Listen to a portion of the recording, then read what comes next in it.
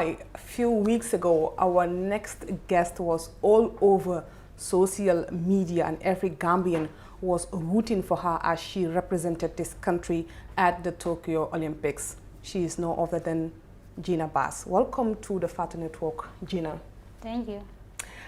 To begin with, I want to say congratulations on behalf of every Gambian out there. I've known you for a very long time because we went to the same school and I seniored you for a year.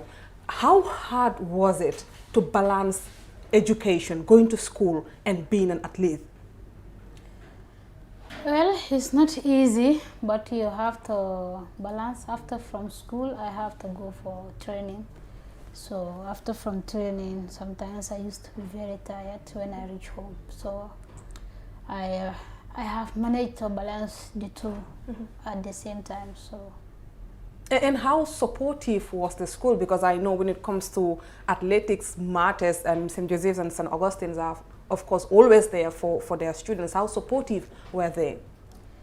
Yeah, they support us because there are so many schools that did not allow their students to leave the class. But for us, after from school, you have to go for training. Although we stay for the studies, after 4, you have to leave to go to training. So they were really supportive. So when did you start running competitively, by the way? That is 2010. In which country was that? Or which competition was that? It was Dakar, it's West African Championship. And how has that experience shaped you into what you have become today, being the national records holder? Yeah, that was my first competition, but after then I have to learn from, because you have to meet with so many people from different countries, and when you go there you have to learn, not only going there for competition, but you have to learn from others, and it was a great experience for me. Right. Now I know so much efforts goes into training, into being an athlete. How do you prepare yourself both mentally and physically? Because I know it takes a lot of energy. Yeah, in training ground, just need focus, and whatever your coach tell you, you have to do it. It's never easy. Training is never easy. It's more difficult than competition, and you have to leave so many things to concentrate in athleticism that you are doing. I know it's been a couple of years being a professional athlete, and I know there are a lot of people who also look up to you. What kind of advice do you have for the young athletes or people who are looking up to you to be like Gina Bass one day? Everything is not a secret, but it's all about training. If you have trained and focus in whatever you are doing, because you cannot be training and after training you go out, it does not go with training. So you have, from your training you have to relax. If you relax, you can make it, and you have to respect your coach too. Which brings me to the next question, because I know there are a lot of rules that needs to be followed if you are an athlete. I know you've been following your fellow sprinter, Sha'Carri Richardson, who is from the United States. At some point, she was suspended from taking part in the Olympics because she tested positive for marijuana. Now, what kind of advice would you have for people out there, not only for testing positive for marijuana, because but there are other things that also you need to refrain from if you want to be a professional athlete? What do you have to say to athletes out there? What I have to say to them is, whatever you are taking, you have to know whatever you are taking, because it's not every medicine that you have to drink, because even the medicine for common cold have dope. So when you take it, when they test you, they will test you positive. So it's not every medicine that you have to drink. So wait a minute, so even actual medicine that you need to take to probably cure something that you are going through, there are ones that are restricted from you people taking it? Yeah. Apart from cold medicine, what others are there that you are banned from using? Because this might be very complicated. Other medicines, but actually I don't know them. But before taking a medicine, you have to read and know what is it before taking it. And now you made it to the Tokyo Olympics. How has that experience been like? Yeah, it was not my first Olympic, but my second Olympic. So I have experience in 2016, but I have to add more because every competition is a learning process. So you have to learn whenever you reach there, because there are certain things you will not know. So when you reach, you have to learn again. And how was it like performing besides, you know, the world best? We had the Jamaicans there. How was that experience like? Yeah, it's not my first time competing in some of them. So it's just normal, like they are just athletes like me. Everybody have to focus whatever takes you there. And what is your relationship with some of those world athletes out there? Do you stay in touch with some of them, or at any point after the games do you like kind of sit and have an exchange of, you know, the trade that you are in? Yeah, after the competition, because if everyone, when you are in a competition time, you have to concentrate, not go in one place to another or go into another, because everybody need to focus. So after the competition, you can change like pins and change numbers. Yeah, I do that sometimes. Right. And you had this famous interview with the BBC, and it came up with a title where people call you the poor Olympian. And I want to ask, what are the benefits that are out there for people like you here in the Gambia? What are the things that the National Olympics Committee provide for people like you in terms of training and the resources? Yeah, National Olympic Committee, they have done their best, and I will say that because me being in Senegal is because of them. So they are supportive. They support athleticism in one side, but you know, with only the Gambia Olympic Committee, they cannot do it for everyone. So they need like private sectors and the government to join hands so that to develop sport in Gambia, not in athleticism only, but sport in general. Just out of curiosity, are you guys, do you guys get paid monthly for being Olympians? No? Yeah, when you are in scholarship, they have to pay you for allowance, like pocket money. Yeah, that's it. And there is no monthly salary, because recently I've seen, I forgot which African country, but I knew that they were paying the people who represented them at the Olympics. And I think the first one was being paid over $1,000, the second one about 500 or something, and the third one about 200. But that is not the case in the Gambia, right? You guys don't have salaries. No, there's no salary. That one is different from salaries, because that one, they pay for their medals, like whoever have a medal, you have this price. Whoever have silver medal, you have this price. And whoever have the bronze, you have this price. I think that is it.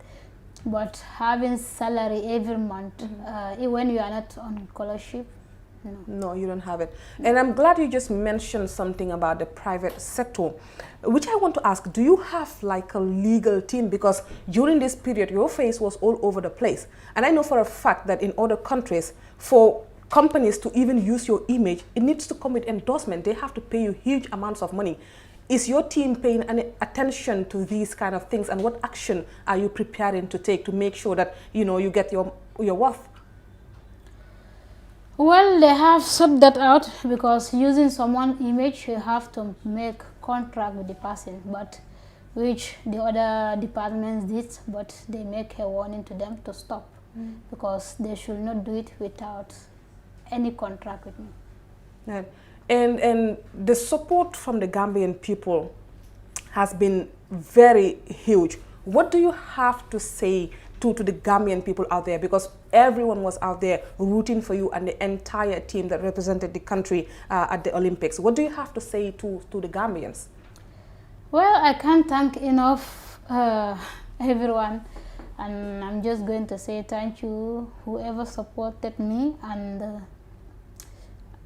I'm just, it was a surprise to me when I see everyone in the airport. It's not everyone, but youth of people are there, which is the first time many people are there in the airport supporting us. So I'm going to use this opportunity on behalf of the fellow athletes to thank each and everyone, the ones in Gambia and the ones out, the diasporas, to thank all of them. It's really amazing, and thank you for the prayers and the support. And then what do you have to say to government and all these stakeholders who should be, kind of supporting you people in what you do? What message do you have for them? Well, the government have tried, because what they have done, what they done this year have never happened. So we are going to thank them, and we don't have anything to say because I think they are working on whatever they have to join hand with the NOC. So I have to just thank them and the NOC. Yeah. And then you also had the opportunity to meet, I guess, again with the Gambian president, where he presented you with a car. How do you feel receiving such a gift from the head of state? Yeah, it was an honor, and it was really a surprise because I was not expecting it. But I thank God for it, and I thank the president too.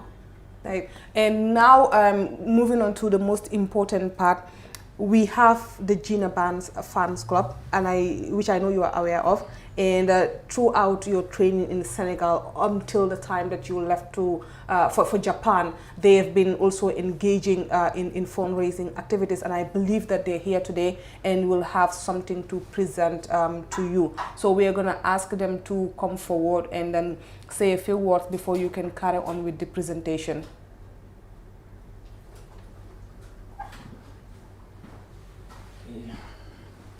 Right, you can stand in the middle so you can tell us who you are and Okay, good evening to all viewers outside there. My name is Ismail Manga. I can say I am one of the coaches at the Gambian Athletics Association. Gina is one of my athletes that I train, that is training under me with Ibrahim Kamara and some more few athletes. I can say they are not only in this journey alone. We are with them all along, supporting them in the best way we can, because I can say the journey started way back in the Gambia. As coaches, we do all our best to make sure they get to the standard that they are today. This is what we've been praying and eyeing for. I think every Gambian is supporting or celebrating Gina today, forgetting where the work started. It started way back in Gambia here. Because today, every Gambian is supporting, encouraging Gina. I can say they have to at least clap and support Gambian coaches as well. Because Gambian coaches also lack the support on the ground. Before you came along, encouraging athletics, I think it have to start from the grassroots. That is training the coaches here back home. At least that will take us a long way. We can produce more Gina Bass, Ibrahim Kamaram, just to name a few, if we support coaches back home in the Gambia. Just as I said, they are not alone in this journey. We started way back in September, towards before the Olympics, before they are moving to Dakar. Because here is where it started. Because charity begins at home, as they always say. So along the journey, we started off this campaign, seeing best ways of at least uplifting the standard of these athletes back home in the Gambia. That is at least making a fundraising by at least selling out these t-shirts. Whatever price been made out of those t-shirts will be presented back to Gina as an appreciation, saying thank you to Gina for at least job well done of the Olympics and the performance that they've done. And we at least encouraging them of the personal performance they have did. And we really appreciative of every at least sweat and blood that they've put across to make sure to put Gambian flag to the highest heights. I think this is what we've been praying for as coaches in the Gambia, and at least Gina and Ibrahim, we are people that are very much close to me and other athletes at large. So we want to seize this opportunity at least to say a big thanks to Fadu Network for creating such kind of a platform for Gambian coaches and Gina at large. So once again, we've raised an amount, a sum of amounting to I think $40,000, I can say. At least this is all what we can do, at least present it to her and say at least thank you Gina, this is all what we can do.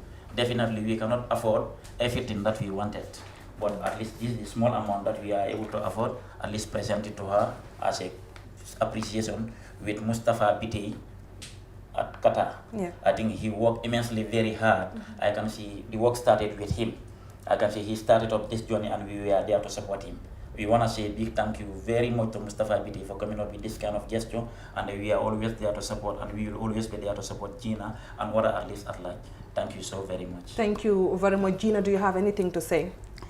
Yeah, I'm going to thank all of them because it's a surprise to me. I was not expecting. when the thing starts, we think it will not.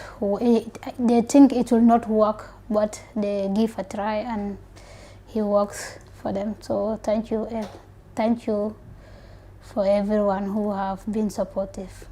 Thank you very much, Gina, and thank you very much, Ibrahima, and the rest of the team that traveled to Japan there to represent the country at the Olympics. Well, I guess that will be it for this interview. Thank you very much for watching, and have a good day. Thank you so much. Thank you for creating such a platform for us also. Thank you very much, especially to your boss Fatu. We are saying a big thanks. Thank you. All the best to Fatu Network. Thank you. All right. Thank you.